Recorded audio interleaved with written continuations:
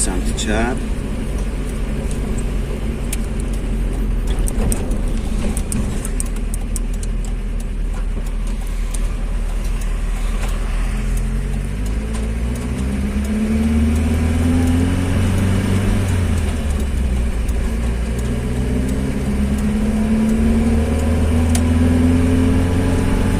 اول راست،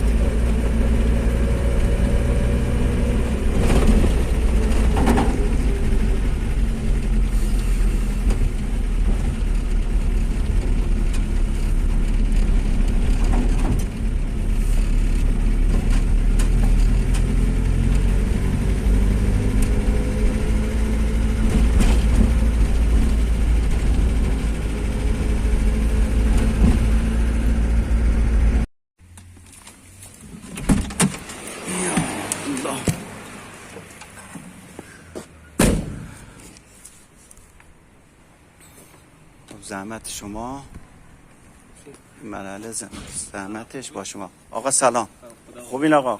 وقتون بخیر. مشکلتون چیه قربان؟ این همکارات هم چند سری اومدن میگه این زاویه شیب داره، یا 6 ماه باید بیاد یا باید بیاد بکنه، کلا این شیب داره، میخواد بره اونجا تخلیه کنه، سر پیش گیر میکنه دیگه. هر موقع آره سرویس هم داده، سرویس هر موقع مشکل هم پیش آمد تماس بگیر، ما در خدمت شما هستیم. حالا اصلاحش چجوریه؟ برای دیگه پیش میاد دیگه. همه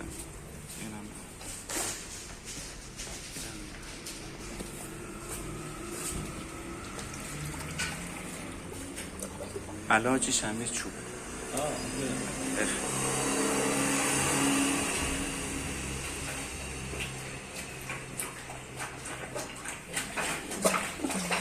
هوا میکشه.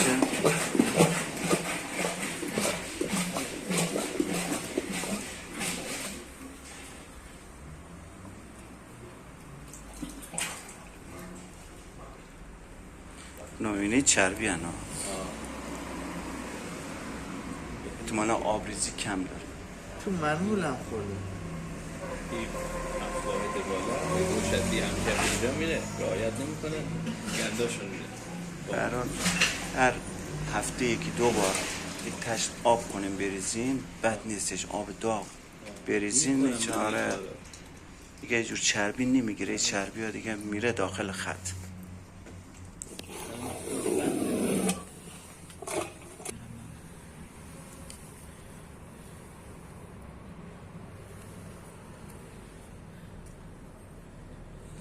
ارتفاع فاز لامپ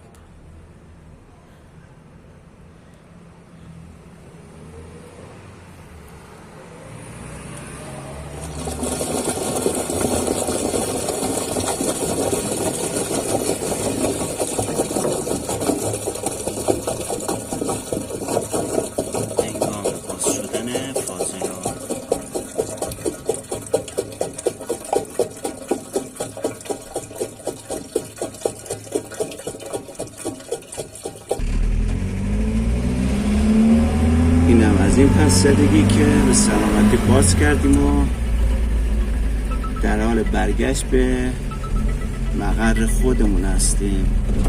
خسته نباشید. خدا نگهدار.